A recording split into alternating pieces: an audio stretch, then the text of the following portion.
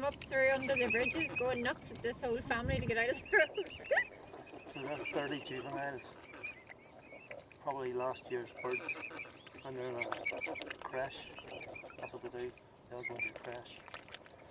And they all know they're hungry, and they all know in their food the cost people. And what do you mean? What kind of food are they getting in the Kinnigo Marina? Bread. There was a report out in, you ever heard of the swan marker? No. The Royal Swan marker? He says we hadn't been feeding them wholemeal bread or any sort of bread. There mightn't be any swans on the Thames because we have polluted that much and enough food. And it's the same here. If you don't give them the food. Things are beyond, like, the government are going on about the cows and stuff, but that's their agenda for a land grab. Put the farmers out. They want us living in cages, eating bugs, That'd be a bad so that idea. they can take over the land. Yeah, but to what end? But for people living in cages? I don't mean it that way. Probably best for the humankind to be living in cages. I don't mean it that way. They're looking to reduce just everything and keep it for themselves. For example, have you watched David Attenborough's British Isles? 70% of everything everywhere is dead except for Scotland, where the money people go. They can go for the trout and the salmon and hunt for the deer and whatever the hell else. It's all up where all the big estates are in Scotland. But the rest of the country, there isn't a river or a sea that isn't polluted.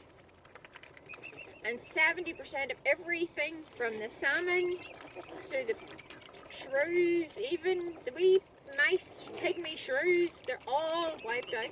Everything. He's done a documentary and he has avoided the BBC for this one because he was saying about trawling. He says, you know, with the trawler, fishing trawler things that scrape the bottom of the ocean. He says the government actually pay them to do it. 97% of the ocean is trawled, of the bottom of the floor of the ocean is scraped. Basically, they just scrape everything and throw most of the stuff back. Sharks, they're taking hundreds and hundreds of thousands of sharks out of the ocean every year to cut the fins off them and then throw them back. And they taste of nothing. Shark fin soup has no flavour whatsoever. How's all the babies?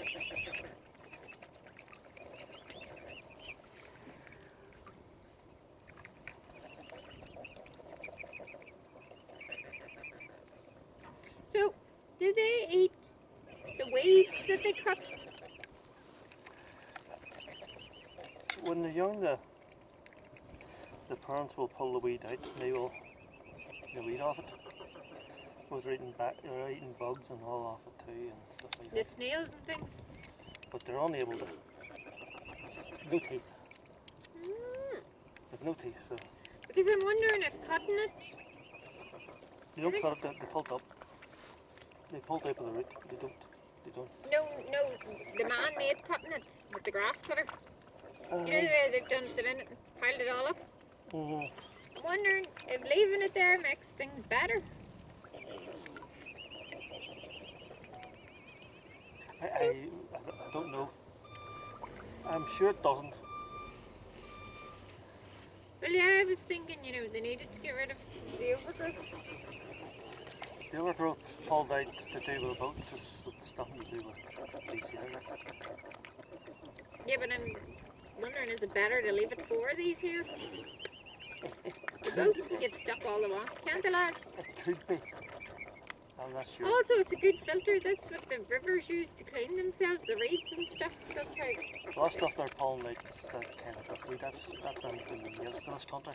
It's not even what? Native to this country, you know, it was brought in for fish tanks and stuff.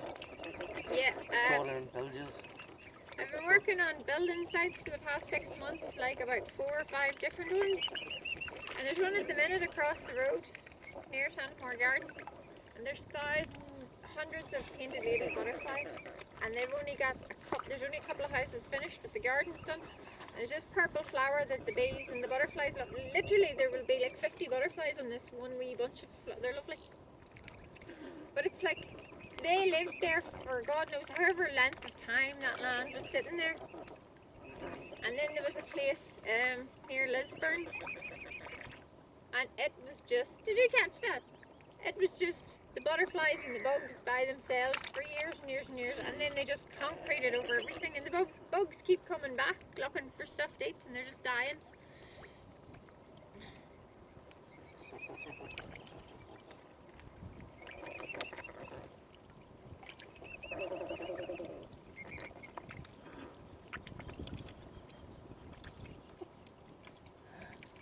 Jack, stop fighting me!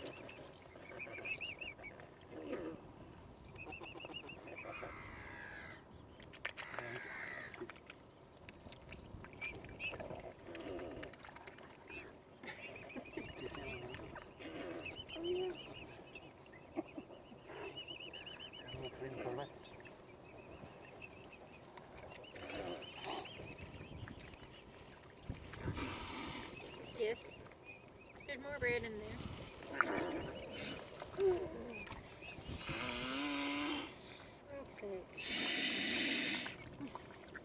Which one is giving off? Is that one making that noise?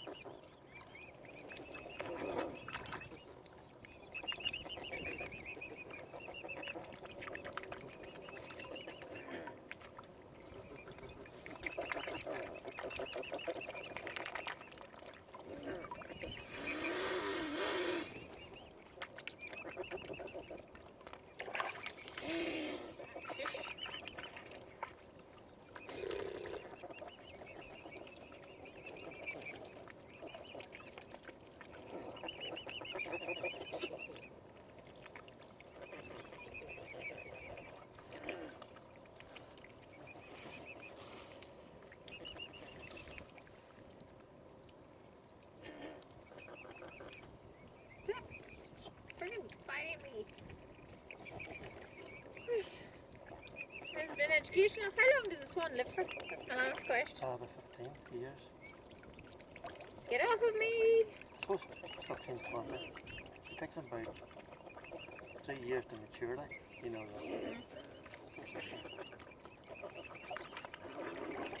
So I don't know what age she is, but she produced 5 last year, 2, 7, and these 6.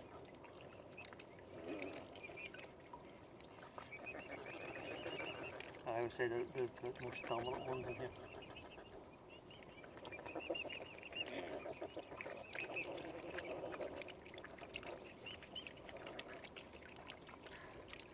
They'll go out of here and have their chicks somewhere out in the loch. Don't have them in here. Or they'll hide them way up in there. I seen a nest up on the breakwater one year, but that was ages ago. It was about 4 years ago. There's 2 nests over there. They're see that bank over there. There's 2 there. And now they're up in hatching eggs. There's also a nest kind of on the far side of the bank, and it didn't. Well, there was one. Once you go over to kind of the first breakwater, there was one. No, the second breakwater. There was one down there, you know, the green bit that goes out and round, and there's a chair at the end of it. There was one in there, but there was a couple. But that was before. That was around about the lockdown, so it was before it started going like this. She goes early, very early in the year. She was already. I think that makes more sense because the summer starts earlier in the year. Her babies were here while the rest were in the nest. They just laid, and she came back with tiny pom-poms. We have a video of the pom-poms falling off the back. Did she carry them on her back? All six of them trying to get on. They're falling off and they're pedaling their feet behind her. He wouldn't let them on.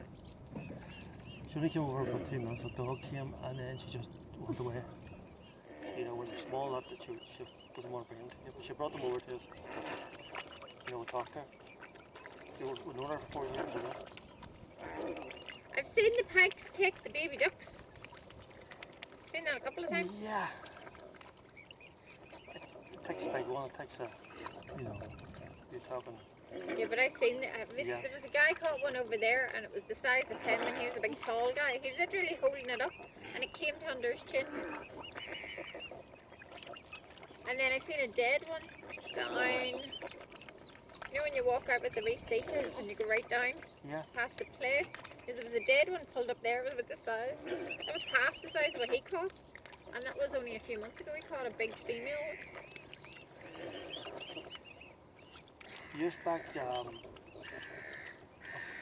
friend left us rewards behind at this in the rock. He says, would you go get them from him?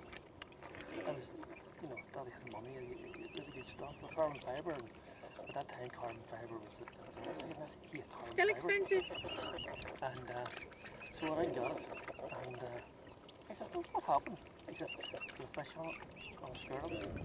Jesus Christ. So I went out and they're always sitting in the water. So I jumped in the water, pulled it out, and started to wind it in. Fish was still there. And the fish was still on it. I'm 6 feet, and the fish from the pike, it was a shallow water, so it was thin like a snake. Yeah. But it was taller than me. Yeah, that was like the guy caught one of. And did you get it off? Did you let it go? No, Bring it in? because we were asked to remove it because it was a small lake and Big it had fish.